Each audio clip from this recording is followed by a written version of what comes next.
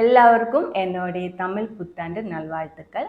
நமக்கு இங்கே விஷுவும் கொண்டாடுறதுக்கான டைம் ஆயிடுச்சு. விஷு ஆഘോഷിക്കുന്ന എല്ലാ മലയാളികൾക്കും എൻ്റെ വിശ്വാസംസ്.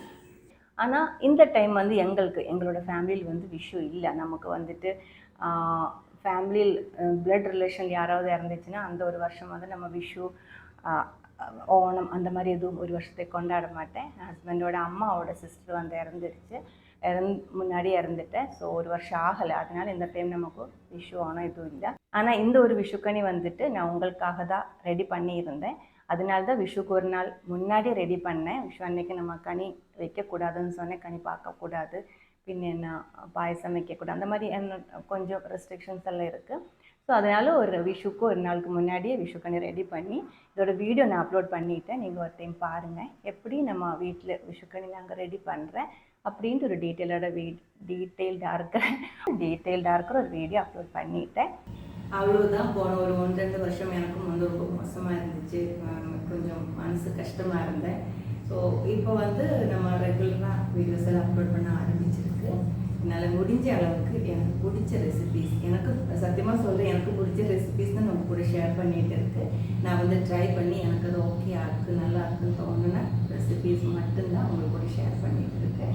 அப்போ அதே மாதிரி கிடைக்கிற நல்லா இருக்குது அப்படின்னு தோன்ற எல்லா ரெசிபீஸுமே நான் வந்து உங்களுக்கு கூட ஷேர் பண்ணுறேன்.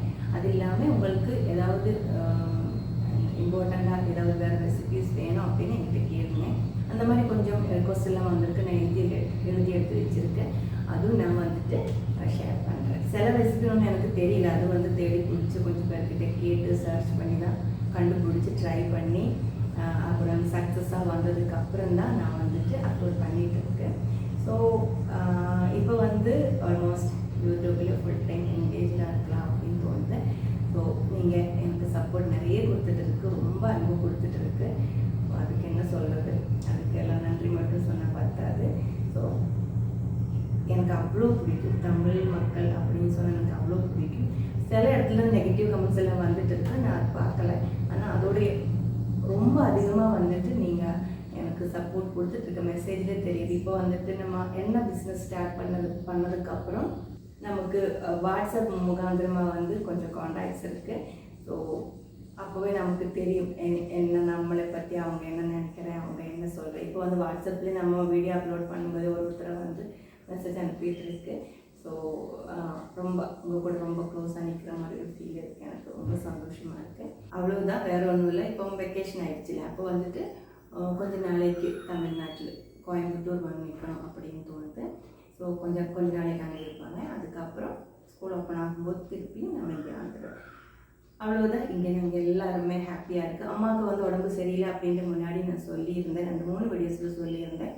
அது இப்போது நிறைய பேர் கேட்டுட்டு இருக்குது. அம்மா வந்து ஓகேயாக இருக்குது, அவங்க வேலைக்கு போக ஆரம்பிச்சிருக்கு. அவங்க லீவ் இருந்துச்சு. அப்போ இப்போ வந்து நார்மலாக இருக்குது, செக்கப் மட்டும்தான் இருக்குது, எல்லாமே நார்மலாக இருக்குது.